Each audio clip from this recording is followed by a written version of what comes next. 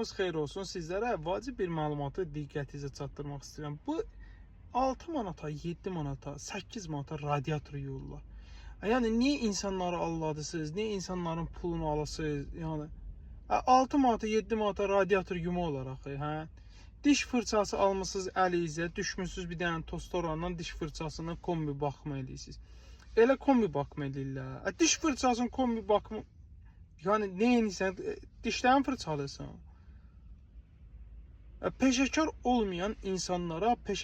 olmayan insanlara iş gördürdüyünüz zaman bunu siz diqqətlə yadınızda saxlayın ki, sizin həm pulunuz gedəcək, həm də ki zamanınız gedəcək. İstədiyiniz effekti də ala bilməzsiniz, istədiyiniz işdə istədiyiniz kimi olmayacaq. Bunu inandırım sizə.